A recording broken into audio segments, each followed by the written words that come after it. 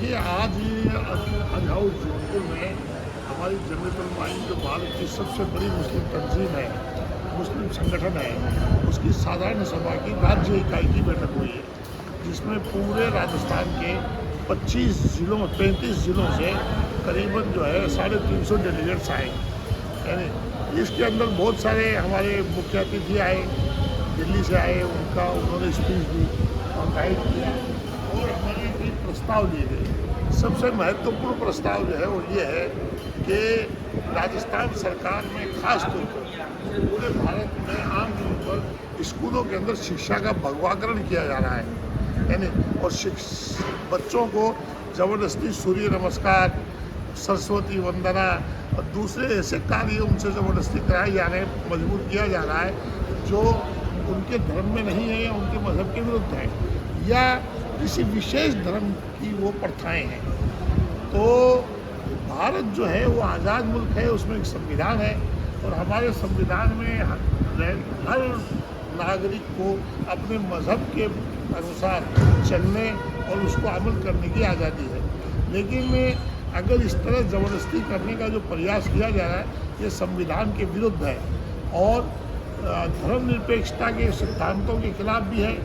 और हम लोग जो है मुस्लिम समुदाय इसे कि हमने ये ऐलान किया है प्रस्ताव के माध्यम से कि इस स्थिति को हम किसी भी रूप में और किसी भी स्थिति में स्वीकार नहीं करेंगे और इसके खिलाफ हम लोकतांत्रिक तरीके से जो भी संभव होगा इसके खिलाफ प्रयास करेंगे।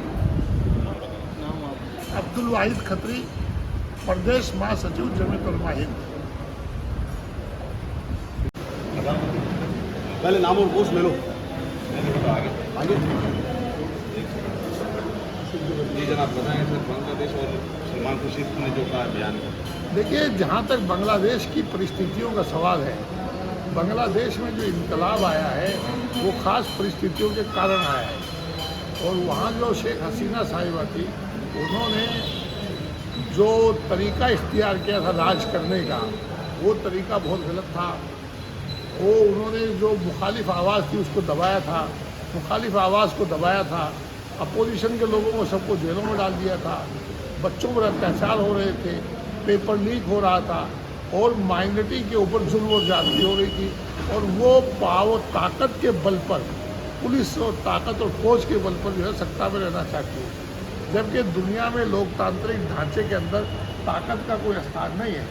जनता जिस काम से खुश होती है, जनता जिस काम से खुश होती है और जनता जिस काम से राज़ी रहती है वो उनको इनके साथ जो इंसाफ किया जाता है, न्याय किया जाए, उसी पर राज कायम रह सकता है। बांग्लादेश की परिस्थिति पर हमने चर्चा की है।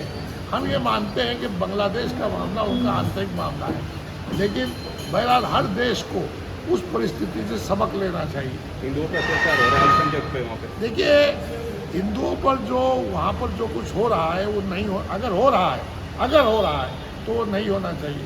किसी भी बहुसंख्यक समाज की जिम्मेदारी होती है कि वो अल्पसंख्यकों की रक्षा करें, सुरक्षा करें। वहाँ का जो बहुसंख्यक समाज है उसके जो जिम्मेदार लोग हैं, वहाँ के जो राजनीतिक दल हैं और वहाँ के जो स्टूडेंट्स यूनियन है और सब जिम्मेदारों की जिम्मेदारी है कि वो अल्पसंख्यक समाज के हितों की, उनकी जान माल की रक्षा करें। अगर ऐसा कहीं हो रहा है तो हम उसकी सख्त शब्दों में जो है उसकी निंदा करते हैं, वो नहीं होना चाहिए। सलमान खुर्शीद कह रहे हैं कि ऐसा भारत का भी होगा।